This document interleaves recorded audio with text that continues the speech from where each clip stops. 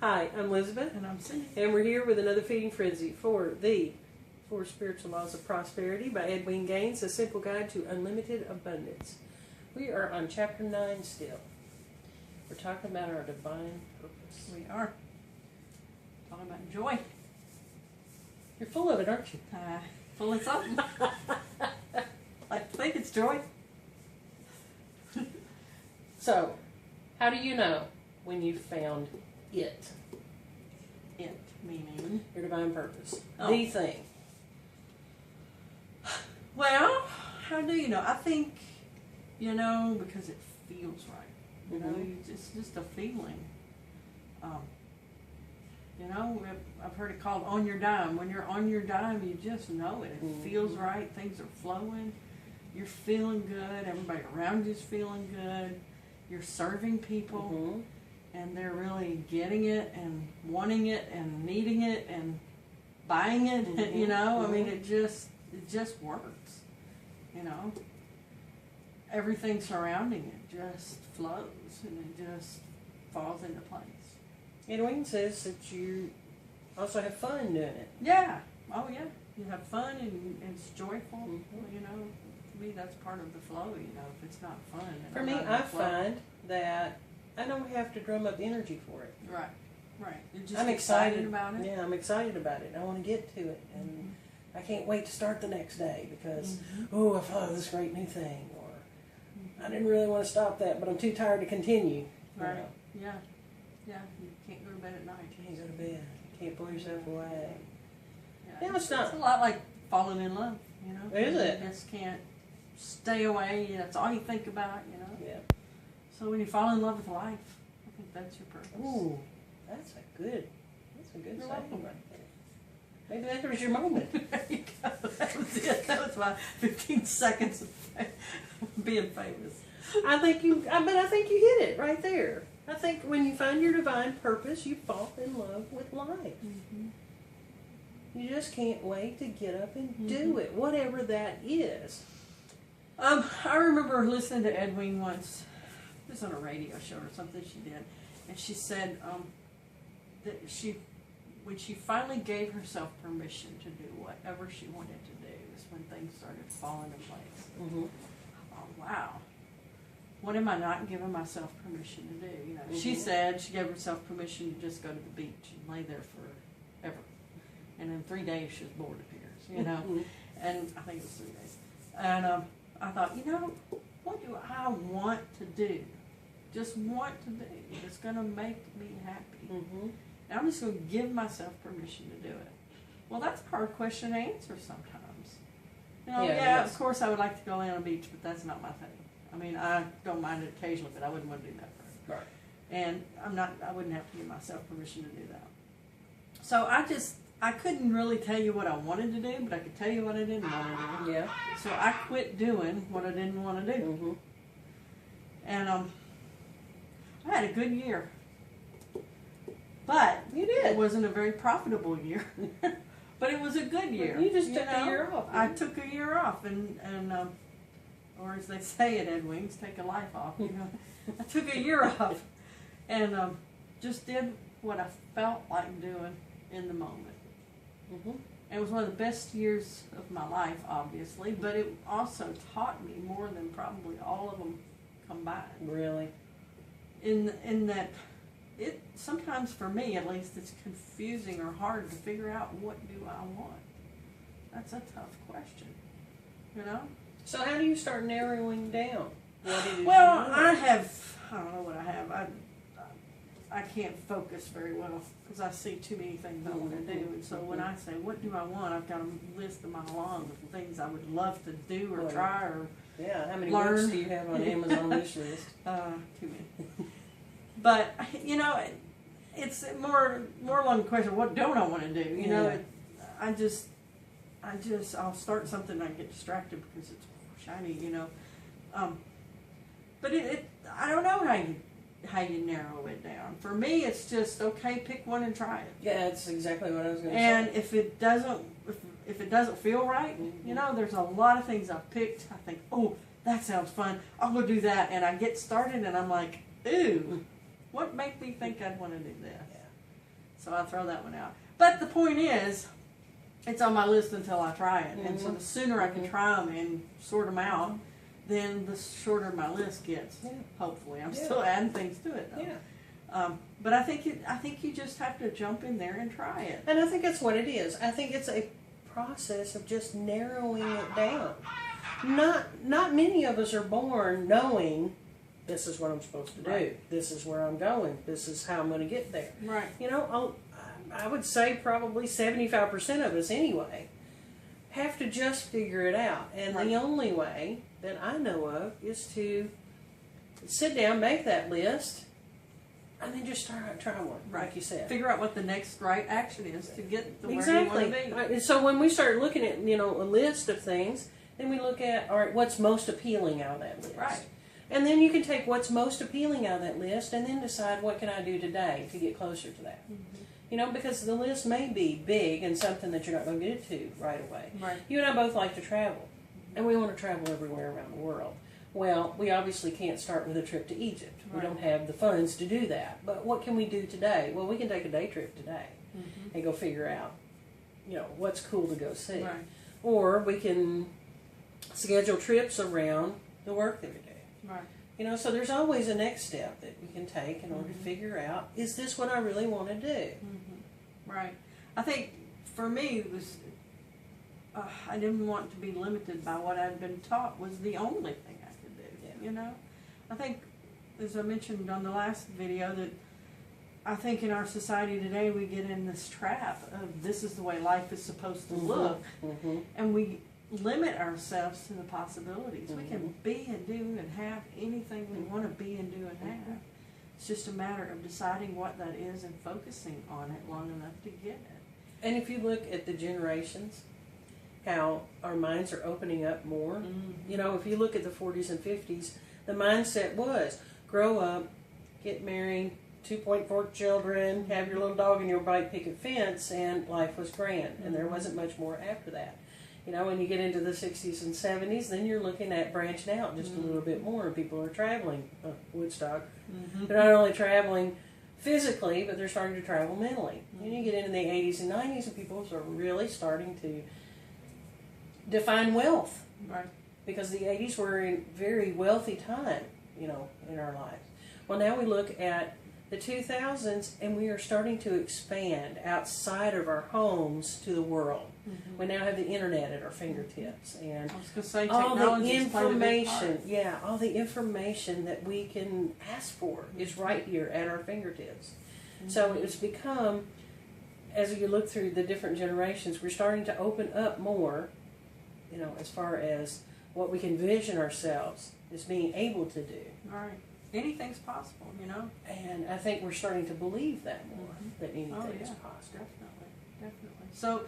So my suggestion is, if I have a choice, then pick the one that's the most joyful in the moment. Yeah. And that might look different tomorrow. Yeah. Yeah. And then once I pick one and move forward a little bit, then I have a different perspective from there. Yeah. Every time we move, we have a different perspective. And every time we learn a little more, every time we grow, we have a different perspective.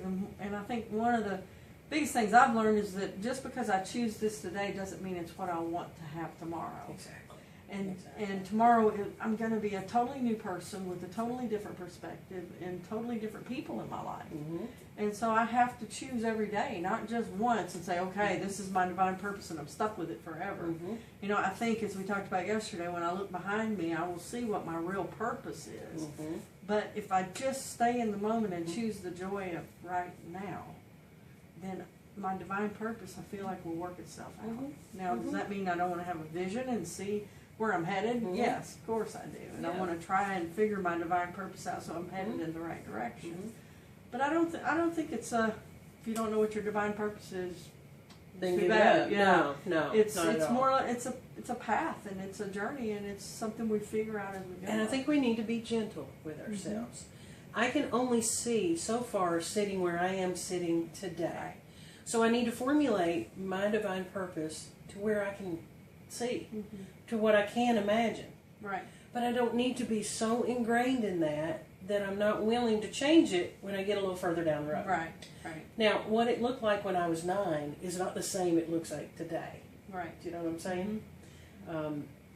I can remember very distinctly at the age of 9 watching my mail carrier go by and thinking, I'm going to do that. Mm-hmm. Okay, I did do that. Yeah. That did actually come true. I spent 14 years of that and decided this just isn't for me anymore. This is not my purpose. Mm-hmm. So I needed to step out of that. But at that age, I could only see that far. At this age, I noticed that I can see and I can imagine only this far. And that's okay. I can shoot for that Right. goal and just be open to what the experiences I'm going to have and the perspective I'm going to have once I get there. Right, and I saw a Zig Ziglar quote this morning where, as far as you can see, when you get there, you'll see more. You'll see more, You know, exactly. Yeah, And that's yeah. that's pretty cool when we think about it like that. That we're not going to see more if we don't move, though. Yeah. So I want to tell you a story All right, that tell me a changed story. my life back 20 years ago when my kids were small. And the point of the story is, for me, was it's not all about the money. You know, we talk a lot about money and prosperity, but that's not the purpose of why we're here or our Right. divine purpose. Right. There was a story about a man, a Mexican, and he was taking a siesta one afternoon, and these men walked up and woke him up and said, "What are you doing?" He says, "Well, I'm taking my siesta." And they said, "Well, shouldn't you be working?" He said, "Well, why would I want to do that?" And they said, "Well, to make money." He says, "Well, I work in the mornings, and then I go home and play with my kids, and then I take my siesta in the afternoon." And they said, "But if you worked, then you could make more money." And he said, "Well, I have my boats. They go out in the morning. I do my fishing, and then I come in and spend time with my family and take my siesta." And they said, "But just think about this. If you worked all afternoon, you could make twice as much money." He said, "Well, why would I want to do that?" And they said, "Because then you could buy more boats and you could make even more money." And he said, "But why would I want to do that?" And he said, "Because then you could buy out more companies and then you could make even more money and you would have a whole conglomerate of boats and ships." And he said, "And why would I want to do that?" And he said, "Because then someday you could retire and you could stay home with your family and your friends and you could play all the time." He said, "I think I'll just do that in the afternoons now." You know, and the whole point is that we spend so much time trying to get more and more and more stuff Yeah. when all we really want to do is be with the people we love anyway. Yeah. You know? Yeah. So we don't need to be searching all the time for how to get more and more stuff. As a matter of fact, I find it very comforting to think about getting rid of more and more stuff instead of accumulating. Yeah. You know? And yeah, there's always ways to make more money, you know? Always. But Always. the most important things, I think sometimes we get so caught up in the making of the money that we forget to treasure what's really I important. think we forget to live the life. Mhm. Yeah. We get so focused on the goal Mhm. that we forget it's not about the goal. It's the lifetime purpose to get to. Mhm. And it's about living the life on the way there. Right.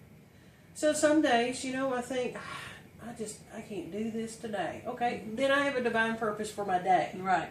Right. I can always back that goal up, especially if I feel like I'm in a rut. Mhm. Then, okay, what is my divine purpose today? All right, so my divine purpose for the day may be I need to change my attitude today.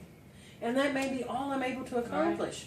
But I achieved that purpose for the day. Mhm. And then I can get back on track again. And I think we allow ourselves to be sidetracked and waylaid because the picture gets so big we can't see it any longer. I don't know about you, but you remember the drive-ins. Mhm. And when you go to a drive-in and you pull up the car and you're so excited and there's this huge screen and they put that little tiny speaker in the car and it hang it on the window, Well, I don't know about you, but my parents had an old station wagon and the kids were always, you got to sit in the back. Well, my problem was there was that little speaker and they could hear it very clearly, but in the back of a station wagon it's not as big and you can't see as much of the picture except for what the windshield will allow. Because you're sitting in the back of the car and now you've taken this huge screen that was this, as big as it seemed like at that age anyway, as big as a football field, and I've reduced it down to just the windshield. Well, I got to the point where the picture had gotten so big from where I was sitting I couldn't see it anyway. And I think we get there in life too. We have such a big picture on such a huge screen, but living in our everyday we can only see out this big of the window, and we forget there's a bigger picture out here. Yeah. So I just, have decided I've got to get a whole lot easier on myself. And I may lose sight of that big picture occasionally.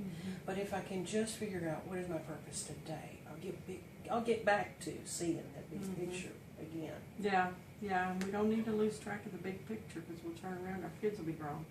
Yeah. And we'll be working towards making a living for them, and they're gone, and we got all this money, but I was talking to Mallory last night, and her birthday's coming up, and we were talking about what she wanted, and I was saying, well, I can't afford to get you everything I'd like to get you, and I said, but, there's times I think about just going and getting a full-time job so I can make enough money to get everything we want to get, and she's like, but then I'd never see you, and, I'd much rather you be home than to go out and get a job so that we can have more, so our time is the most important resource. Yeah. Much more than money. Yeah. You always make more money. You can't make more time. Well, I think time is in the big picture of prosperity. It really is. It does no good to kill ourselves making all of that money and everything and saving it until the point that we get ready to retire. We're too old to enjoy the time. Right. Or we're too tired. Or we're too sick. Or we're too stressed out. Or we just don't have the energy anymore. Exactly. The point is the journey, not the destination. Right. So I've built the life I enjoy, and thank goodness I can be home with my family, and my family is part of the business, And people say that you work all the time. It's not work to me. No, I love what I do, and being around my kids and family and everybody joining in to help out just makes it that much more fun. It brings joy to the purpose, and the purpose to the joy. Yeah, it does. It makes for a very prosperous life. It does. That's good stuff. It is good stuff. Sure.